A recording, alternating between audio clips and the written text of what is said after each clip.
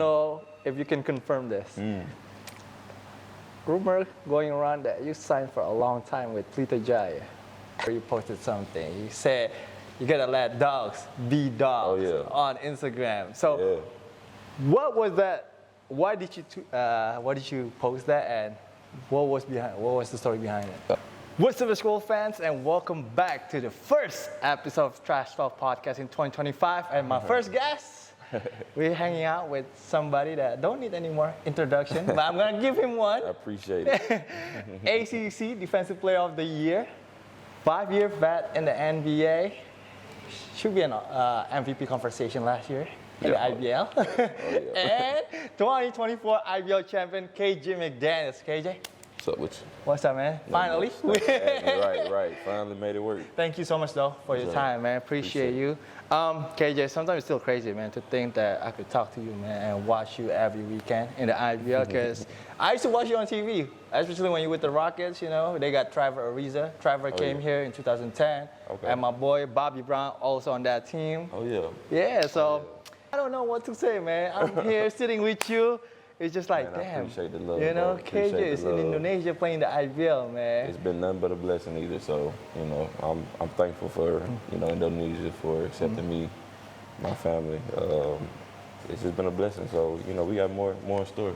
Okay, but before we talk about your championship, what we're going to talk about early last season, Pelita Jaya, your team, man, everybody was like, man, just give the trophy to Pelita Jaya, man, because, of course, they have like 3 NBA picks last season, Malachi, Richardson, Thomas Robinson, and of course yourself.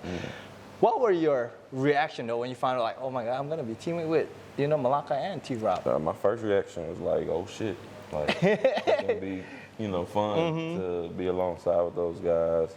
You know, I never actually got to play against T-Rob before, but you know, being able to, I've been in a few workouts with him, like just kind of, you know, in there with him, and, you know, we didn't really get to know each other until we got here, and, you know, me and him still talk to this day, so, you know, great dude, great NBA vet, knows how to, you know, be a pro and handles his business. Malachi, I think we were in and out of the same city at one point, but to be able, I watched him along, like he was like a year or two under me coming in, so, you know, I knew he was capable of, and, you know, was excited to, you know, mesh with him as well. And, you know, we started out, you know, pretty close, and, you know, we still are, you know, still talk to both of those guys to this day. But it was exciting when I saw that news, man, and, you know, we sad to see what happened, but, you know, to not finish out the season with them, because we spoke about winning the championship from the beginning, but it is what it is. They understood they're doing their thing now. What do you think happened though? You know, during that time, like, unfortunately they replaced Thomas and Malachi. Well, I'm not really sure, man. I feel like we were, you know, as the season goes on, I think everybody just wanted us to dominate each game and, you know, win by 30 each game. But, you know, the other teams have competitors too, and other pros as well. And, you know, we probably weren't as jailed as we thought we would be in the beginning, but that comes with a new team, new players. So I feel like that's probably where things went, you know, down. But, you know, it is what it is, and those guys understand that. Yeah, because your team is stacked, man. You got Waddle, you got Ben, you got Riggy, so everybody expect you guys to dominate every game. But with all this, you know, star players, was there any challenge though for you guys to find each other's role? Oh, it wasn't a challenge finding the roles. We all knew what we could do. I think it was just the minutes. It wasn't enough time. It's just not enough time. 10 minutes a quarter is not enough time. But I mean, we found a way to, you know, get through it in the beginning, and, you know, guys, you know, sacrificed, and, you know, me coming off the bench was like, you know, basically just, you know, kind of respect to those guys. And, you know, I'm used to being able to come off the bench and still do what I need to do. But I knew when I come into the game, you know, I had to, you know, get to work fast and just, you know, go out there and do what I do. Speaking about coming off the bench in the finals, game 1, I think you were coming off the bench, and they finally make this adjustment, Coach Ahang, in the second game for you to start. But after the loss in game 1, I remember you posted something. You said you gotta let dogs be dogs on Instagram. So what was that? Why did you post that, and what was the story behind it? I think it was just a lot of emotions, especially after that first loss, and then I think right before the playoffs, we played them, and Zamora hit a crazy looking game winner. Oh yeah, the layup. And I think during that time it flashed back, and we had a few of the guys met, and it was just and even the coach, we met with coach and talked to coach, and like you want to win, you have to let the dogs run first, and let them just go out there and be dogs toward those guys. We didn't think they were capable of beating us. We wanted to win the game in two games, but they talented team. Like no diss to Satra Muda, but at that time, just a lot of emotions, and that's just how I felt at that time, man. Just gotta let the dogs go. But were you vocal as well, though, in the locker room? Yeah, I mean, we all had a team meeting. Like after the guys, the coaches, they kind of just let us talk, and especially coming home, that's when we really had to we knew what was on the line, so we had to let everything that was inside out. So that's what we did, and thankfully, we did that, and it got us a chip. I think that Insta story kind of motivated the team. Yeah, I feel like it did too. Yeah. I hope they saw it. I didn't say it so they wouldn't see it. I wanted everybody to know like what was on my mind, and what we had to do to win. We had to go out there and be dogs, because that's what they were being toward us. And it kind of, I think they won by like 13. I don't know how much they won by. I don't think it should have been. We shouldn't have lost, but I don't think we should have lost that by that much. Because I thought you got held back a little bit. That's why you won't be like. Yeah, I mean, we just want to rock out. Yeah. I know, coaches, and they want us to be smart with our fouls, and they know once we, adrenaline running, we could foul out quick in like 3 quarters. So I feel like that was, just a lot of coach strategizing, and that's how it was most of the season. They were strategizing and doing their job. So we had to do our job. But at the end, we knew it was on the line. So it was like Bones out there, like, let us get our Bones. How tough it was to match up with the tall guy, Artem? Artem, oh man, I mean, he was a skilled, 7-footer. He kind of reminded me of maybe like a Pau Gasol type. And but yeah, his height, his strength, and his skill was, that's what got Satra Muda, toward the end, and he was a big key, for that run. So, I mean, he was a challenge, man. And I'm 6'6", almost 6'7", going against a 7'3" guy. I wasn't, scared to go against him. I played against, guys bigger than me a lot. So, I mean, it was just another challenge for me, and just to see where I was defensively out here, and I held my own. I felt like. You're the strongest 6'6" though in the IBL, bro. One of them, man. It's a few of us out here, man. It's a few of us out here playing. But you also, in game 3, you made a big shot. I think you hit the dagger 3-point shot. They were like daring you to shoot, man. What did you see in that moment? I saw red. That was it. I saw the game was getting close. Bean did a great job, carrying the team damn near. Him, Origi, Brandon. I felt like everybody was rolling, and I just wasn't rolling the way I did in game 2. But I felt like after game 2, they kind of focused in on me. Big fella was moving his feet a lot more. And then I remember when I think the possession before, I told Bean, I said, Bean, it's going up. So prepare for it. And I got the ball, and he was back, and I just had to shoot with confidence. Think about all the work that we put in. During the season, getting those threes up, even shooting them when I wasn't having the best shooting games, just having that confidence. I feel like that, that carried over, and my teammates gave me confidence too. Like I wanted to be a part of that, You know what I'm saying? So I feel like right at the end, that was a big shot, and I knew we were going to, you know, finish it out after that one. And then the free throws, I think I struggled with free throws after the game, and you know, I told my lady this, like, they thought I was gonna leave them on the line with the chip on, with the championship right there. They thought I was gonna, you know, miss those free throws. I couldn't let that happen. But I think Ben also made a big play, right? He drew the charge.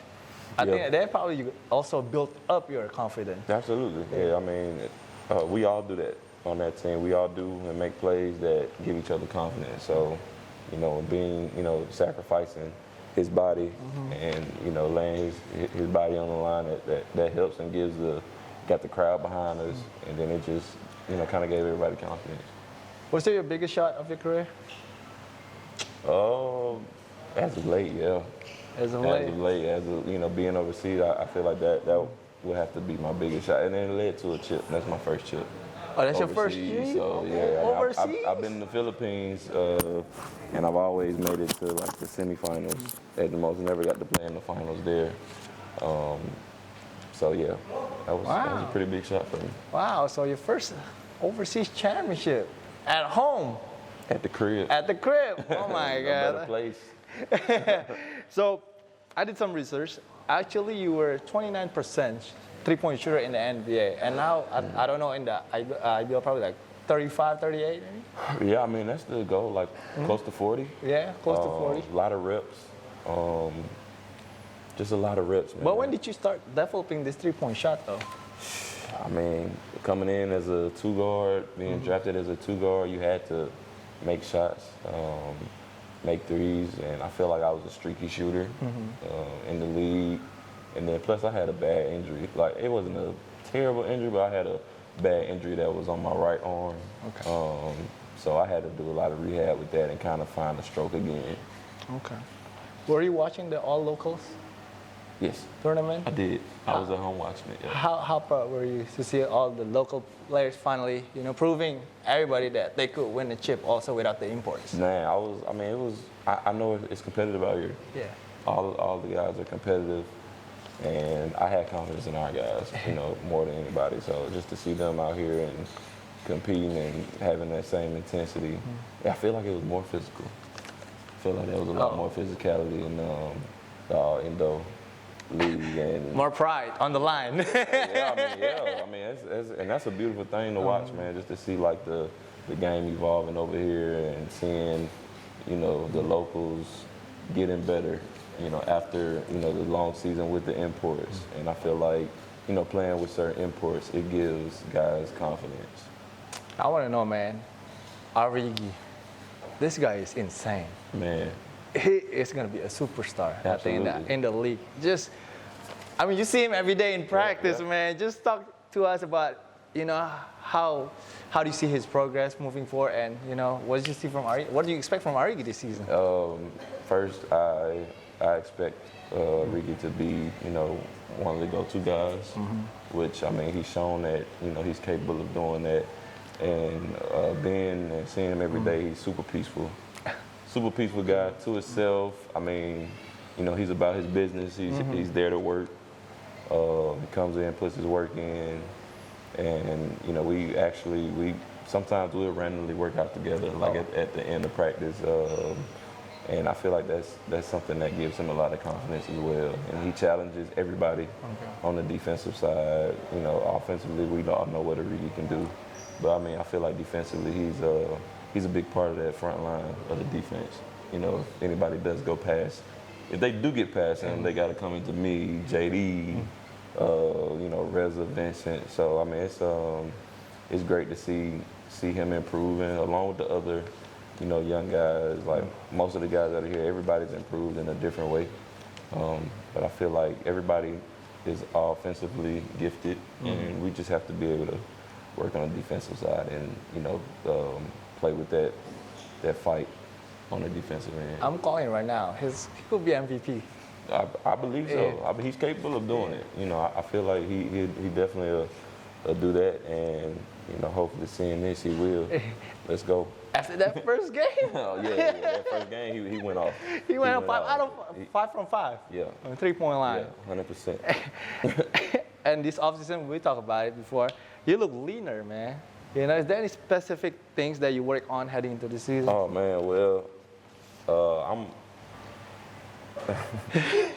Why you laughing? Because man, I do a lot of like just heavy like lifting stuff at home. Okay. And I got kids, I got dogs, so they all keep me in shape, man. We go outside, we run like on a daily basis. We go outside, do something every day, or doing something active, even if it's in the house, like. And then I have a weight room, so I get in there, put my work in for about an hour, you know, during the week. You know, my girl feeds me good too, so, you know, she makes sure I'm eating the right things and putting the right things in my body. So, you know, credit to my baby and my babies. So, you know, they all keep me tunnel vision on, you know, what's important when it's time to go. You know, I'm ready. But yeah, credit to my family, they keep me going, man. I don't know how you do it, man. You arrive in Jakarta like what, 4 days before the game, and then you kill it right away. I'm just, you know, no jet lag or anything. I'm motivated, man. I got, you know, my little brother as well. I can't forget my little brother. We still play outside. Oh wow. So, you know, we were outside playing, outside shooting. You know, we got gyms back at home that I go into. Shout out to We Are One. You know, my boys back at home. A few people back at home that I still work out with. That's, you know, that's playing, you know, to this day. So, you know, those guys are a big reason for me coming back a lot leaner. And I think I was challenged to get back to like 2018, 19 KJ when I was slimmer. So I'm just paying attention to, as I get older, like the stuff that I'm, you know, intaking. That's why you did a 360 in Australia, bro, in preseason. Right. I'm trying to do some more stuff like that, man. That was the first time after I was watching you for one season, like, you jumped that high, bro. That's crazy. How many times have you seen the highlights? Man, I get it sent to me a lot, just by the people back at home, the people here, and, you know, they mention me, so I look at the mention and try to, you know, just show love to the people that show love to me. But do you feel like you are lighter? Honestly, I feel the same. I know, like, I feel the same because I'm myself every day. Like, I don't, you know, get on the scale every day or nothing like that. But when people, you know, say that I look leaner, I mean, it's working what I've been doing. So we don't, you know, just try to maintain this weight. I think I'm probably about 230. Okay. So, I mean, it's muscle. Because it felt like Clemson, KJ McDaniels right there. And we in the orange too, so shout out to my Clemson boys too. How does it feel though to come into the season as a defending champion? Oh, it's amazing feeling, but I mean, 2024 it's in the past now. You know we gotta focus on what's ahead of us, and you know, still a good feeling to see, and you know, just hear people saying congratulations on winning, but we're not letting that, you know, we're not getting comfortable with that. We know what we did, we know we're capable of doing, so we have to turn on a different mindset. Like everybody, we know everybody gonna be after us. Everybody gonna come bring their hardest, play every night just because, you know, we won last year and they don't feel like we should have won. Which, you know, that to each his own opinion, but you know, we feel like we could do it again, and that's the goal. I mean, like, you got Justin Brownlee, James Deacon. Who say you're not gonna win? Right. JB was a major contributor, and I also, you know, I love playing alongside of him, playing against him in the Philippines. Yeah, I mean, yeah, that's a great battle. Having him on the team was, you know, it was crazy, and me and JB got to get closer as well. We would, you know, sit and talk after the games on the road, everything. So I got to, you know, kind of pick his brain on how, you know, how he's doing it, you know, at a high level for so long as well. So, you know, shout out to JB. Michael Jordan of the Philippines. Yeah, absolutely. It's That's crazy. what they call him. Bro, I don't know how he walks through the mall in the Philippines. I don't think he does. I don't think he does. Because you know how crazy it is in the Philippines. You play there. Absolutely. Yeah. Their fans are crazy. Everybody knows JB. Everybody knows. Every airport we in, they know JB. They stop him and, can I get a picture? That's crazy. It's wild. It's wild to see, and you know, he's been doing it for a long time and winning championship after championship. So it was a blessing to have him on the team. There's one time I was with Chris Ross, I was with Marcio, Junmar, like every 5 steps, like. San Miguel guy. Yeah. Can we get a picture, please? Yeah. Shout out to C. Ross too, man. That's my guy, man. And Jumar. Yeah. Jumar, yeah. Okay, this is a rumor. I don't know if you can confirm this. Rumor going around that you signed for a long time with Pelita Jaya. For a long time. Oh man. I'm gonna go ahead and shut that down now. Okay. Nah. But do you see though yourself like finishing your basketball career in Indonesia? I could see that. I love it out here. You know, they're giving me a chance to play the game that I love, still at a high level, against guys that I have played against and played with growing up. And it's great to see all the talent that's out here, man. I love the competitiveness, being able to go from city to city, see the different fans, you know, supporting their groups. But yeah, man. I mean, if that was the case, like, you know, I wouldn't mind, you know, signing and finishing out my career. And I feel like I got a lot left in the tank. So Okay, we'll see. We'll see. Jeremy got a lot of work to do then, because he shut it down quick. Yeah, they got a lot of work to do. I got a lot of work to do. So. Okay, let's talk about your kicks. How do you pronounce this? Satria Sport? Stria. Stria, yeah, okay, Stria Sport. Yes, sir. Can you talk about it a little bit and how can people in Indonesia buy your shoes? Absolutely. Yeah. So there's a link, and me and my guy Eric, they're the CEOs. Eric is the CEO, Okay. and you know they blessed me with the opportunity to, you know, wear the shoe and create my own custom shoe, and we're working on some more. Got a few. I probably wore the orange and purple ones in the first game. Yeah, but we got a few other ones that I'm coming out with that are just, you know, from like my childhood and my story and, you know, my branding and everything. So, you know, I'll keep you updated and, you know, keep posting them. And if there's a link to get them out here, which we're still working on, like trying to get them out here. I have to just see how the shipping goes. And but yeah, man, Stria has been a blessing to me. I started working with them because I had a teammate by the name of Zeke Upshaw, who had a cardiac arrest on the court, and you know he had passed after, and I saw that they did a shoe like in his honor, and I reached out to them and let them know like I was there when it happened, and you know me and Zeke weren't friends for, you know, a long time, but you know in the time that we were teammates, we became closer. He was a great dude, you know, well known in his community, and you know we still do this for Zeke. The guys that were on that team then, we still, you know, play, and we still, you know, keep Zeke, you know, in our mind. Prayers to Zeke, and they're his family. Man. For sure.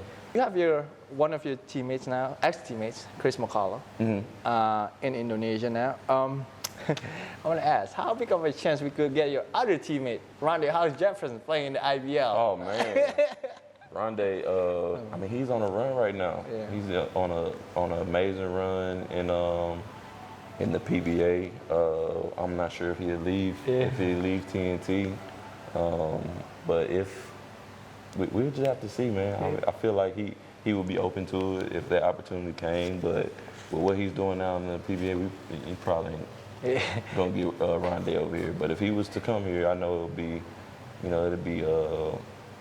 he'll just be another electric athlete, bro. That'll bring a lot of excitement to the league. Even Montrez, I think he reposted your dunk. Yeah, that Trez, that's my boy still. We need to get him here too. Yeah, we work out at the crib a lot, but like, you know, like I said about Rondé, Trez is having, you know, a stellar, you know, season in the NBL.